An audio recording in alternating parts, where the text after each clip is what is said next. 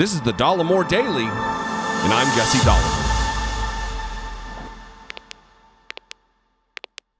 So we're beginning to see some prosecutions related to the insurrection.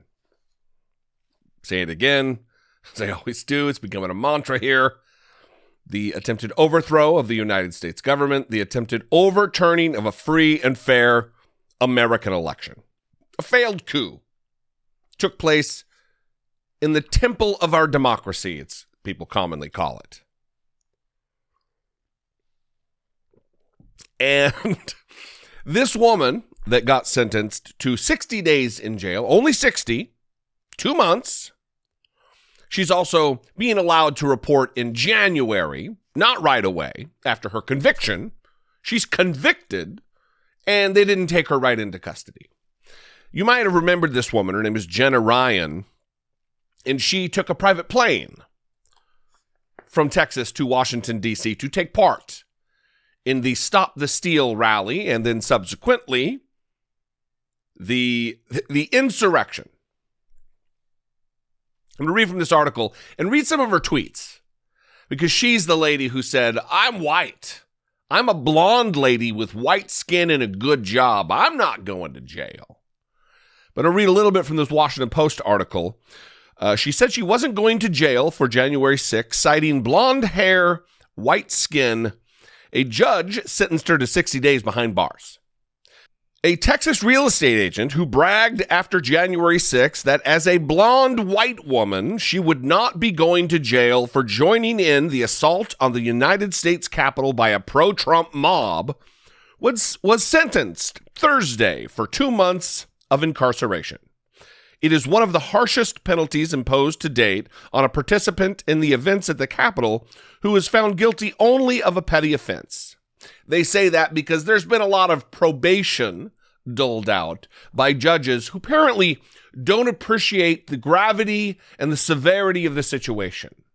They don't understand the grave threat, the existential threat that is posed by these people. Quote, for better or for worse, you've become one of the faces of January 6th, U.S. District Judge Christopher R. Cooper of D.C. told Jenna Ryan, 50. She's 50 years old. She gained national attention by defending her conduct at the United States Capitol in media interviews on Twitter. Because of that notoriety, Cooper said, people would look to her sentence as evidence of, quote, how our country responded to what happened. He continued, I think the sentence should tell them that we take it seriously, that it was an assault on our democracy, and that it should never happen again. So he gave her 2 months. 2 months. In sentencing Ryan to 60 days in custody, he cited her apparent lack of remorse for her conduct, as well as her decision to join the mob, not directly from President Donald Trump's rally that morning, but after going back to her hotel and seeing television footage of a mob besieging the Capitol. Because, you know, when you go to a political rally and then you go back to your hotel to rest your barking dogs because you've been on your feet all day, and you see a mob attacking the United States Capitol, you think to yourself, that seems like something I want to get in on. Come on. Ryan pleaded guilty in August to 1 count of parading, demonstrating, or picketing in the United States Capitol. Quote, you've been very upfront that you feel no sense of shame or guilt, Cooper, the judge said.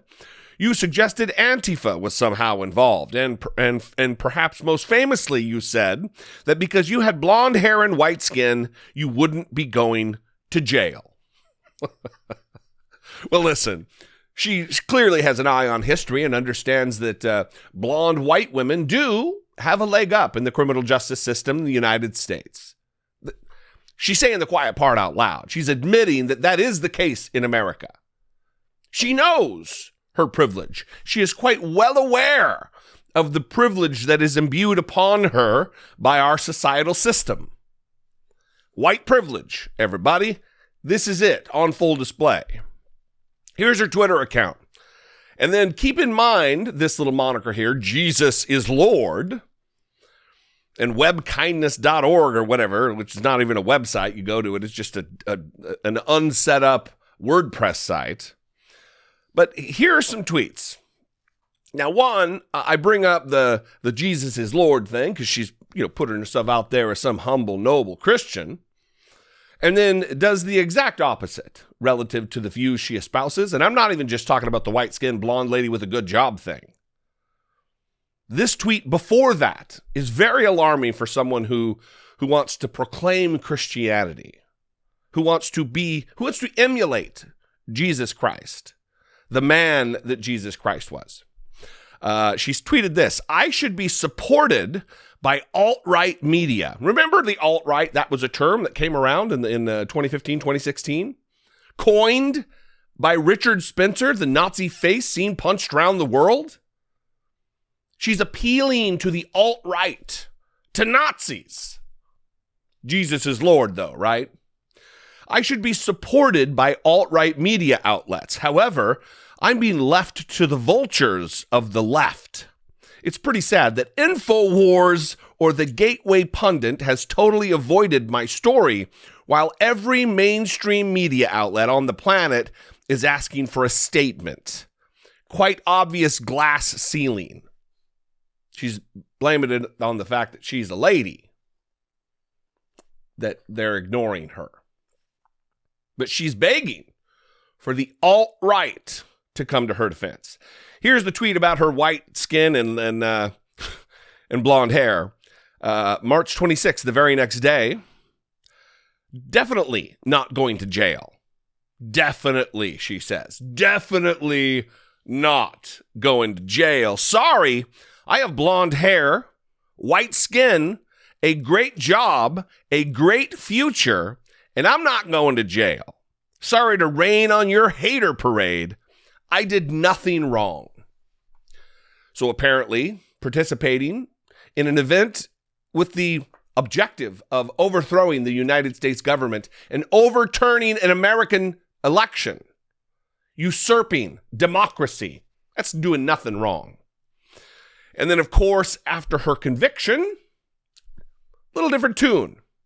I'm just going to make a blanket statement to all the people that are calling me and texting me. You win.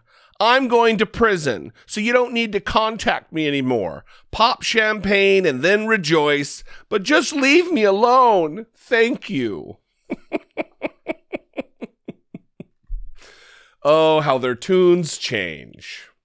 Big and bold, while supported and surrounded by a mob of similar thinkers. But when justice comes a-calling and you get a mild 60 days in jail, you whine about popping champagne bottles. All right, haters, you win. Ugh. Continuing with the Washington Post here. Ryan is being allowed to report, again, here's what I was talking about, being allowed to report in January to serve her sentence. Leaving court, she told WUSA 9 that the message she learned was, if you tweet, you can go to jail. How's that for remorse? That's the lesson she learned from all of this. Not it's bad to attempt to overthrow your government. Not that it's bad to participate in an insurrection.